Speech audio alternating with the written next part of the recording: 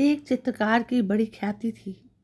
उसके चित्रों को दुनिया भर से लोग खरीदने आते थे, लेकिन वो चित्र किसे बेचेगा इसका निर्णय भी बहुत सोच विचार कर करता था। चित्रकार अब बूढ़ा हो चुका था।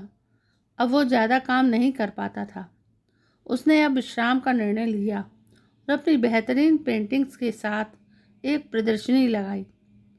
लोगों को पता चला कि अब शायद कोई प्रदर्शनी ना लगे तो लोगों की भीड़ उमड़ी। सब उसकी पेंटिंग देखना और खरीदना चाहते थे, पर वो बेचता सबको कहाँ था। जिस हॉल में प्रदर्शनी लगी थी उसमें 100 से अधिक पेंटिंग्स सजी थी। प्रदर्शनी के आखिरी में कोने में एक विचित्र पेंटिंग लगी थी। उसमें एक व्यक्ति का चित्र था जिसके मुंह को पूरी तरह से बालों से ढक दिया था। चेहरा तो शायद नज़र ही नहीं आता था।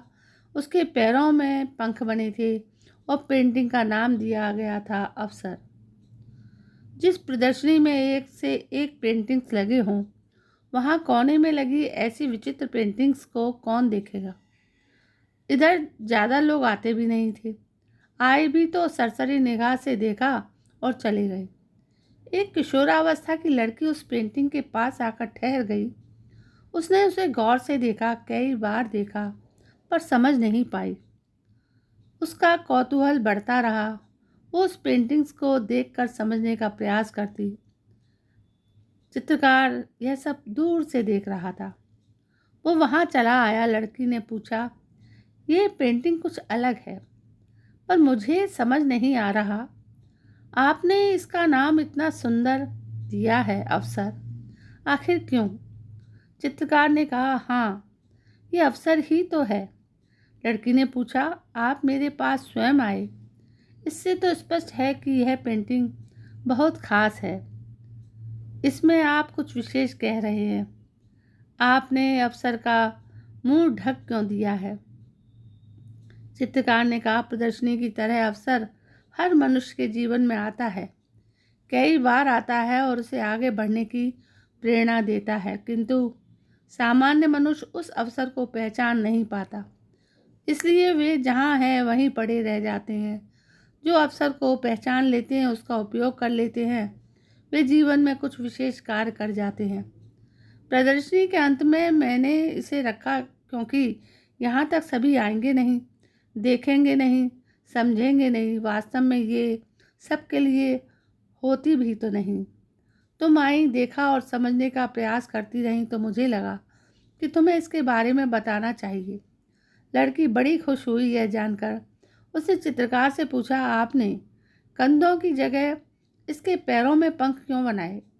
कोई विशेष बात?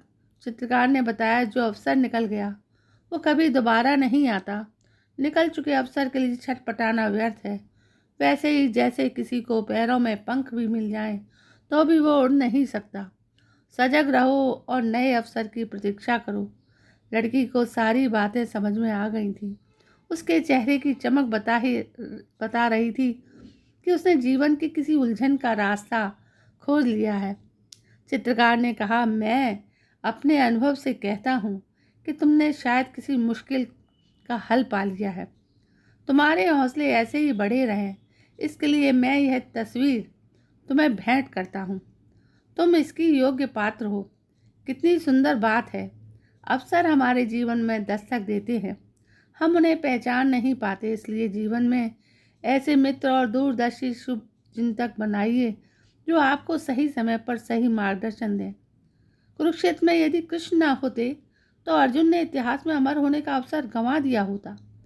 ऐसा नहीं है कि दोबारा युद्ध कभी होता ही नहीं, क्योंकि दुर्योधन की दुष्टता उसे युद्ध के लिए किसी न किसी दिन विवश कर ही देती।